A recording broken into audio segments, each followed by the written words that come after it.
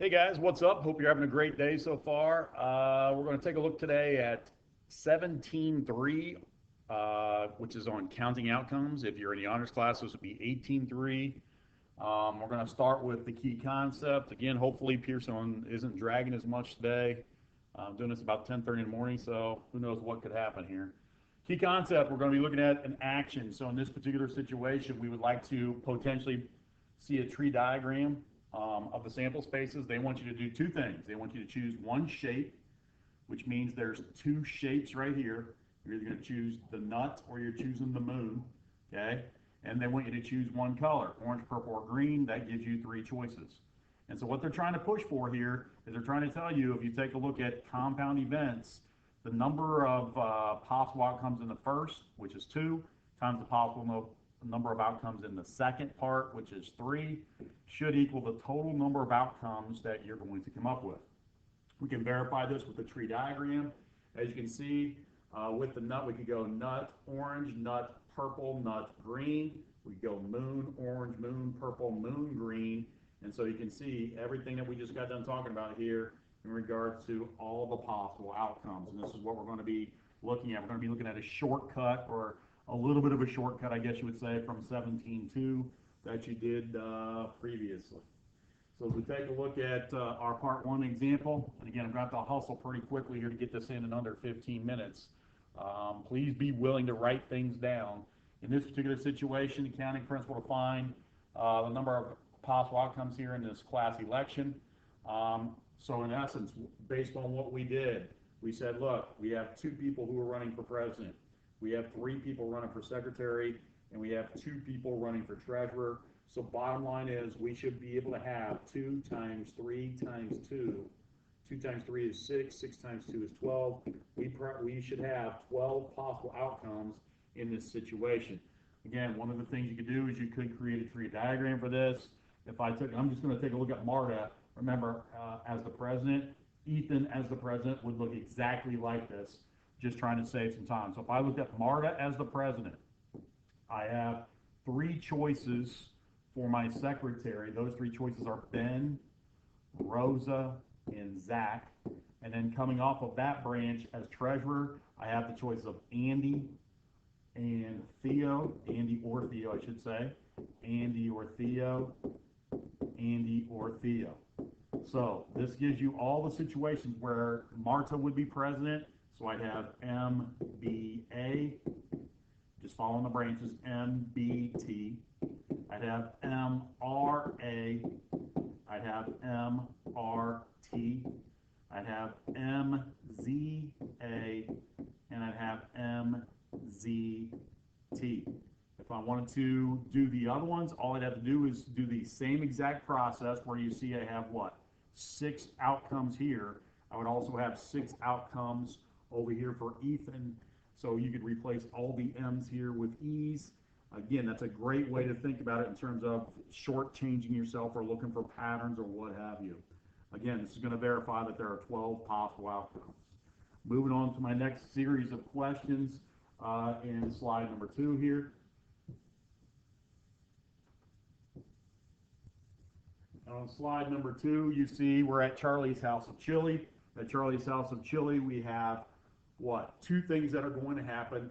You can decide how mild you want your chili to be, and we have 1, 2, 3, 4, 5 possible levels of hotness, I guess you would say, and we could go 1 with cheese or without cheese. All right, so bottom line would tell us from the fundamental counting principle, if I took the 5 choices of heat times the 2 choices of cheese or no cheese, I should come up with 10 possible outcomes. In this one, we could basically look at it this way and say, hey, I've got mild with what? Cheese, no cheese. I've got medium with cheese, no cheese. I've got spicy with cheese or no cheese. I've got hot with cheese or no cheese. And I've got super hot with cheese or no cheese. And so we should easily be able to figure out, hey, If I looked at it, I've got 10 possible outcomes. Here's 1, 2, 3, 4, 5, 6, 7, 8, 9, and 10. So those would be your 10 possible outcomes. And this tree diagram allows us to verify our fundamental counting principle. That should do it for slide number 1. I'm a little behind schedule. I'm at about 5 minutes right now. Let's try to get this thing moving at part number 2. This is going to get a little bit more difficult as we move through this scenario. In this particular situation, you're going to toss a coin and roll a standard number cube, which is in essence a dice. And so when you do that, one of the things you should be thinking of is, hey, if I toss a coin, I have 2 possibilities. If I roll a standard cube, I've got 6 possibilities. So if I took 2 times 6, I should have 12 possible outcomes. And you see those 12 possible outcomes listed right here. They do a good job of writing down all the sample spaces. So from that, they could ask you a series of questions. And in this case, they're basically saying, hey, what's the event situation of tossing a tails or rolling an odd number? Remember, if I say or, it means it can include a tail. Anything that includes tail or anything that includes an odd number, you're going to have to count. And as you can see from this situation, they give you answers right here. And again, as we go over to our sample spaces, we see, hey, everything that has a tail, we have to count. So we're going to count these 6 dudes right here. And you can see those are listed over in this chart. And then anything that has an odd number, so we'd have to include this, we'd have to include heads 5, we'd have to include heads 3, which you see those listed in this situation. So they're showing you 9 of the 12 outcomes would make this a true event, would make this event true in this particular situation. Again, let's move on to slide number 2.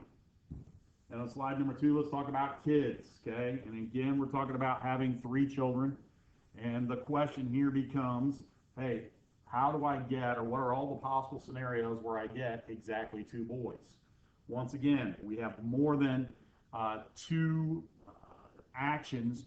You're going to probably want to create a tree diagram in order to help yourself out. So what are the situations? As you can see, the tree diagram is right over here to the left side. And so in this particular scenario, what you see is, hey, we're going to follow along. How do I get exactly 2 boys? So if I go boy, boy, girl, I'm going to write that down right here, BBG. I could go boy, girl, boy, so BGB. I could go down here and go girl, boy, boy. So in all 3 of these scenarios, you have exactly 2 boys. So you have 3 possible outcomes. Remember, all told, you should be able to get what? 1, 2, 3, 4, 5, 6, 7, 8 different outcomes. And the reason you know that is you have 2 choices for the first event or first action, 2 choices for the second action, and 2 choices for the third action, which obviously equals your 8. 2 times 2 times 2 is 8. Okay, let me erase this and let's go down to the bottom part of this chart, which is how do I get at least 3 or at least 2 girls? Now that means you could have 3 girls in this situation or 2 girls in this situation. So I go boy, girl, girl. I could go girl, boy, girl. So G, B, G. I could go girl, girl, boy, G, G, B. Or I could go all 3 girls. Lord help you. And we have 4 possible outcomes in that scenario. Moving on to slide 3. Slide 3, the chart has already been created for us. Again, anytime you have 2 actions, my strong suggestion would be to make a table. It's the easiest thing that I think you've got going for you. You can see they list, you're going to roll 2 number cubes. And so the blue numbers represent one of the cubes, all the possibilities.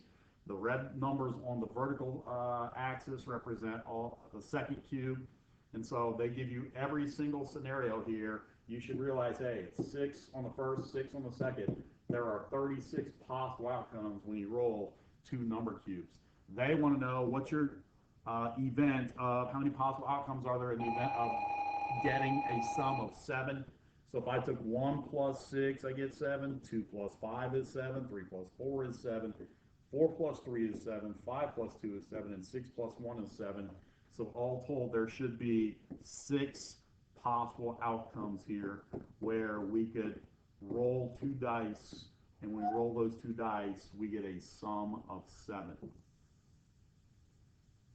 Moving on then to my last part, part 3. And on part 3, we have even more writing that's going to take place here. We're at about 10 minutes, so a little shorter schedule. How many different ways can Alice, Becky, Carl, and David place first, second, and third in a race? And they also want to know how many different ways can Alice finish ahead of David? So we got a lot of work ahead of us here. First things first, they want to know you've got 4 people running the race. If I looked at how many different ways could I get somebody in first place? I could get 4 people in first place. Alice could be first, Becky could be first, Carl could be first, or David could be first. That means that if I look at second place, first place is already accounted for. Therefore, I only have 3 different ways I could get second place. If Alice is first, that means either Becky's second, Carl's second, or David's second. That's only 3 options. And then if I go to third place, I have already got first place taken care of. I've already got second place taken care of. That means there's only 2 possible scenarios, 2 people left to finish in third place. So if I multiply those together, 4 times 3 times 2, I'm going to get there are 24 possible situations, 24 outcomes total. Okay? And again, they'd love us to write all of these down in order to answer these questions, but that's going to be difficult. We already basically answered that first question. The next question is, how many different ways can Alice finish ahead of David? And again, for that, I'm going to take a look at just Alice finishing first. I want you to be aware of how you would go about doing this. So if Alice is first, again, a tree diagram might be hugely important here. So if Alice is first, I could go B, C, D for second. I could go, if B is second, that means C or D has to be third. That means if C is second, that B or D would have to be third. And if D is second, that means that what? B or C would have to be third. So if I follow those tree limbs, I have A, B, C. I have A, B, D. I have A, C, B. I have A, C, D. Last limbs, A, D, B. And the last one is A, D, C. So that's all the different scenarios, and this should make sense to you, 6 of them, where Alice finishes first. That means you're going to have 6 where Becky finishes first, 6 where Carl finishes first, and 6 where David finishes first in order to get your 24 outcomes. That should make some sense to you. Now, in regards to that last question, how many different ways could Alice finish ahead of David? You would likely have to run all the way through all of those 24 of those scenarios, maybe put them in a list, an organized situation. I'm going to go ahead and show it to you to save some time in regards to the solution. There's my 24 that we talked about already, and then here's their list where they listed all of the ones where Alice is first. The second column's all the ones where the B kid is first, whoever B is. The third one is all the ones where C is first, and the fourth column is all the ones where D is first. And so you can see the ones that are highlighted here in blue represent the 12 outcomes where A comes before D. All right, move ahead to the last slide. In the last slide, we've got a hockey jersey, and your number is 17. So you're choosing from this situation. They want you to choose 2 different letters. Notice the word different there, followed by 1 number, okay? So in essence, you have 2 different letters that you want to choose. 1, 2, these would represent letters. And they want you to choose 1 number, okay? So how many different letters in that first spot, how many different letters do you have to choose from in the word hockey? 1, 2, 3, 4, 5, 6. So 6 different letters. How many different ways in the second letter could you choose? Well, you've already picked 1, so you can't pick that again because of the word different. So that means you have 5 choices for your second number, and that means that your number is just going to be, you have 2 choices. So 6 times 5 times 2 is going to be you have 60 possible outcomes.